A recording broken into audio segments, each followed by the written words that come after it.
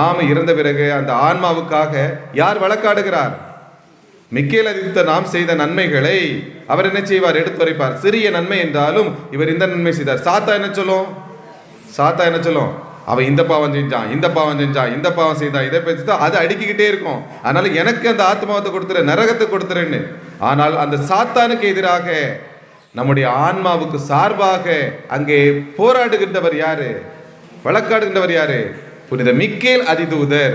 எனவே அருமையானவர்களே, எப்பவும் அடிக்கடி நம்ம ஆன்மாவுக்காக யாருக்கிட்ட நம்ம ஜெபிக்கலாம்? யாருக்கிட்ட ஜெபிக்கலாம்? புனித மிக்கேல் அதிதூதரே எங்களுக்காக வேண்டிக்கொள்ளும். சொல்லுங்க, புனித மிக்கேல் அதிதூதரே எங்களுக்காக வேண்டிக்கொள்ளும். அதனால தான் நிறைய இடங்கள்ல நம்முடைய வீட்டுக்கு முன்னால் நம்ம யாரை வச்சிருப்போம்? புனித மிக்கேல் அதிதூதரை நாம் வைத்திருப்போம். எனவே ஆன்மாக்களின் ஒரு பரிந்துரையாளராக, ஆன்மாக்களின் பாதுகாவலராக புனித மிக்கேல் இங்கே கடவுளால் நமக்கு தரப்பட்டிருக்கின்றார்.